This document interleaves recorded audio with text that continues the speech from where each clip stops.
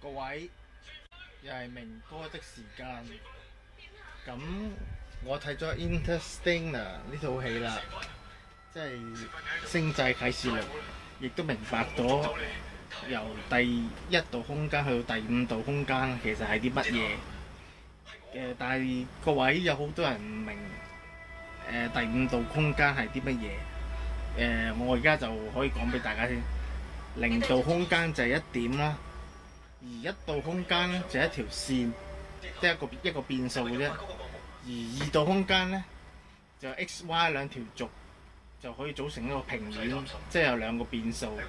三度空間即係話我哋而家身處緊嘅空間，立體嘅空間，加多一條軸俾佢有三個變數，就係長、闊、高，就係三度空間。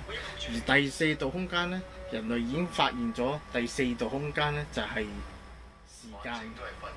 咁究竟第五度空間係咩呢？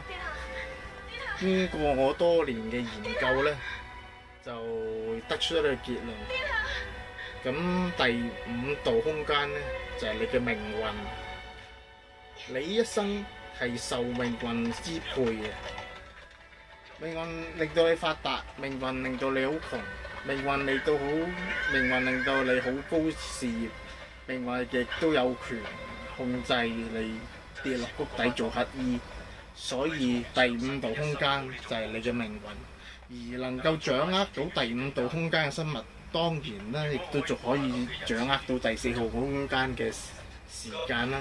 即係話生活喺，即係話佢能夠控制命運嘅人呢，就可以穿越時間，可以知道聽日嗰期六合彩究竟係開咩號碼，甚至可以翻去佢出世嘅時刻，又或者佢臨死嘅一刻。所以第五度空間就係你嘅命運。咁明哥今日嘅分析就係咁多，好係咁先。